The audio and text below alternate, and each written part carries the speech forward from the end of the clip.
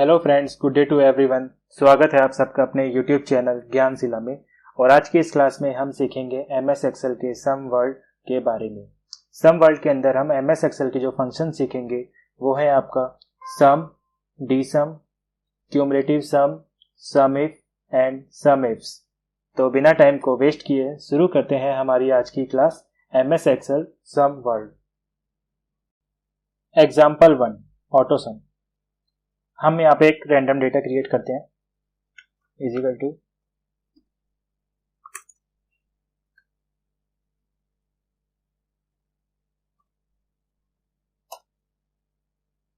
और इसी को मैंने नीचे तक के सेल में पेस्ट कर दिया और इसको वैल्यू में पेस्ट कर दिया। अब अगर हमें इस पूरे डेटा के एक ही बार में इस सेल पे टोटल चाहिए तो उसके लिए हमने अपने सेल को सेलेक्ट किया एंड प्रेस करिए Alt प्लस और एंटर। तो यहाँ पे आप देख सकते हैं एक ही एंटर पे इसने सारा टोटल निकाल दिया। ये हो गया हमारा एक तरीके से। और यही अगर डेटा इसको हम कॉपी करके इसको मैंने ट्रांसपोज कर दिया लाइक लेफ्ट टू राइट, और अगर इसका टोटल निकालना है तो इसका भी हमने अपने लास्ट में सेल पे आके प्रेस किया Alt प्लस एंड एंटर।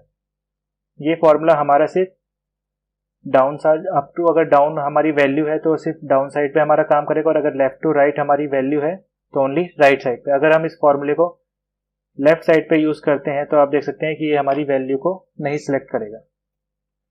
और ऐसे ही अगर आप इस फॉर्मूले को अपने डेटा के टॉप पे यूज करते हैं तो भी ये आपकी वैल्यू को सिलेक्ट नहीं करेगा।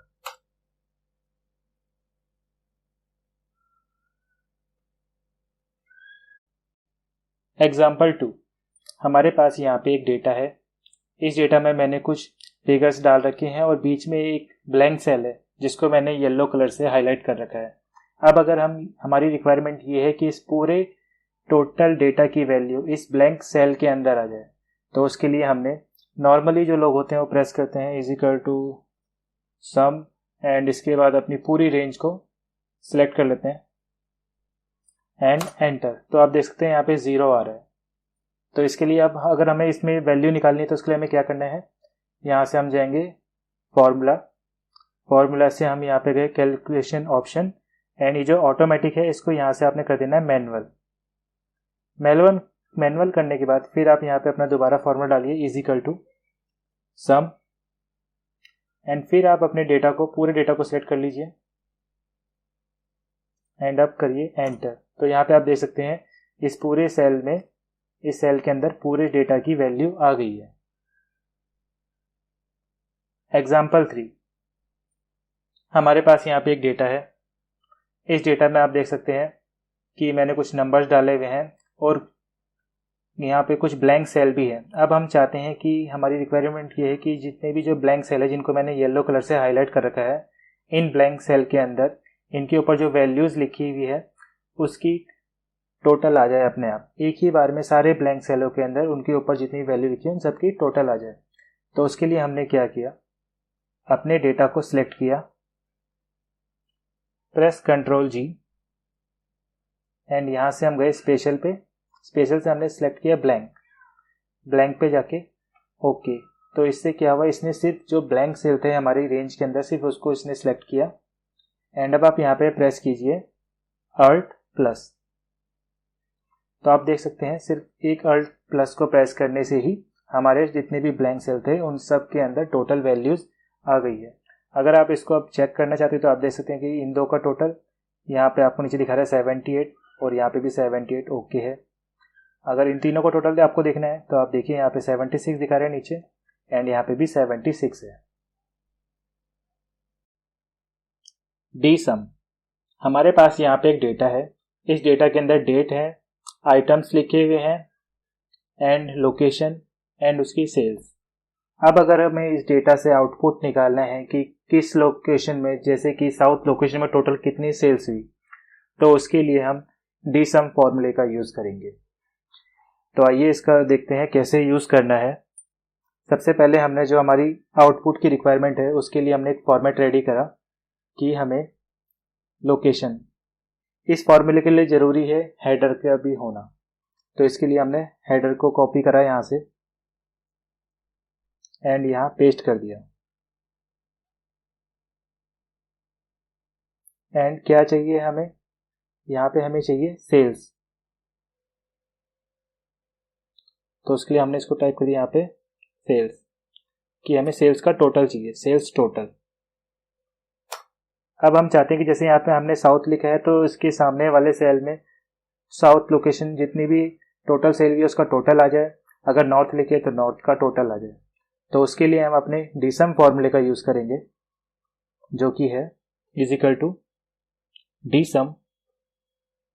इसके बाद हमने अपने डेटाबेस यानी पूरे डेटा को सिलेक्ट करना है। एक बार F4 प्रेस करके मैंने अपने डेटा को फ्रीज कर दिया, कॉमा, इसके बाद फील्ड यानी हमें क्या चाहिए, सेल्स का टोटल चाहिए, तो हमने अपने जो सेल्स का हेडर है उसको सिलेक्ट करना है सेल्स, एंड फिर एक बार F4 प्रेस करके इसको भी मैंने फ्रीज कर दिया, कोमा। अब क्राइटेरिया, जो हमारा क्राइटेरिया वो है ये विद हेडर, लोकेशन चाहिए हमें कौन सी, साउथ साइड का टोटल। तो इनको दोनों को हमने सिलेक्ट करके एंटर प्रेस कर दिया। तो यहाँ पे हम देख सकते हैं कि इसने हमारी टोटल साउथ लोकेशन का जितना भी सेल्स का टारगेट था वो इसने टोटल दिखा दिया। अब अगर मैं इसको यहाँ पे साउथ की जगह पे नॉर्थ कर देता हूँ तो ये आपको नॉर्थ का टोटल दिखा देगा। अगर आप इसको वेस्ट कर देंगे तो ये आपका यहाँ पे वेस्ट का टोटल दिखा देगा। ईस्ट कर देंगे अगर हम इस डेटा को अपने, तो ये आपको यहाँ पे ईस्ट का डेटा दिखा देगा।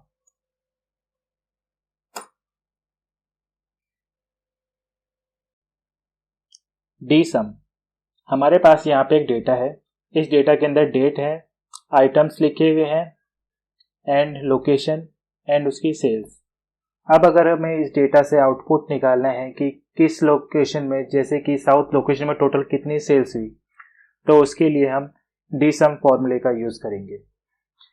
तो आइए इसका देखते हैं कैसे यूज करना है। सबसे पहले हमने जो हमारी आउटपुट की रिक्वायरमेंट है उसके लिए हमने एक फॉर्मेट रेडी करा कि हमें लोकेशन, इस फॉर्मूले के लिए जरूरी है हेडर का भी होना, तो इसके लिए हमने हेडर को कॉपी करा यहाँ से एंड यहाँ पेस्ट कर दिया। एंड क्या चाहिए हमें, यहाँ पे हमें चाहिए सेल्स,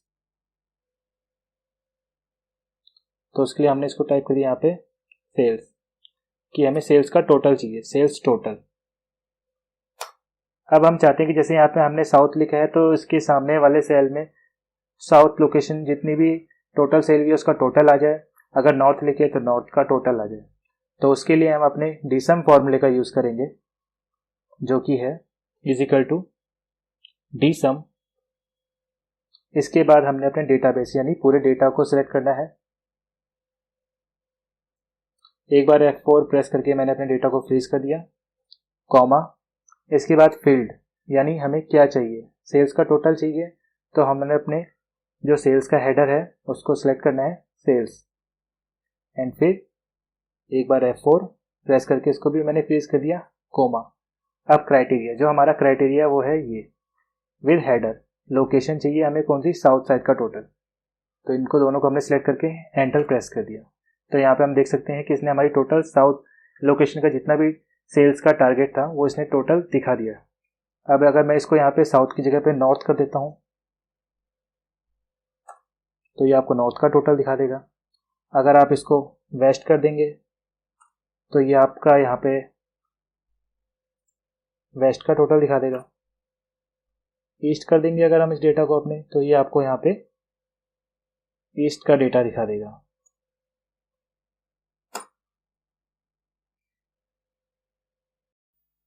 क्यूमुलेटिव टोटल, हमारे पास यहाँ पे एक डेटा है, इस डेटा में date and date wise sales लिखी हुई है। हमें इस सेल्स का क्यूमुलेटिव टोटल उसके सामने वाले सेल में निकालना है।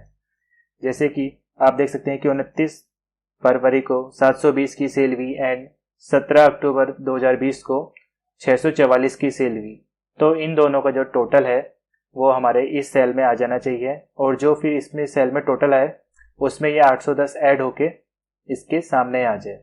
तो इसी को अगर हमने करना है तो उसके लिए हमने फॉर्मूला टाइप किया इज इक्वल टू सम, हमने अपनी वैल्यू को सिलेक्ट किया H2 एंड H2 को ही हमने फिर दोबारा सिलेक्ट कर लिया एंड जो पहले वाला H2 है उसको हमने सिलेक्ट करके F4 दबा के फ्रीज कर दिया एंड एंटर। और ये जो हमारा फॉर्मूला है इसी को हमने नीचे ड्रैग कर दिया। तो आप देख सकते हैं यहाँ पे सबकी क्यूमुलेटिव सेल्स टोटल वैल्यू आ गई है।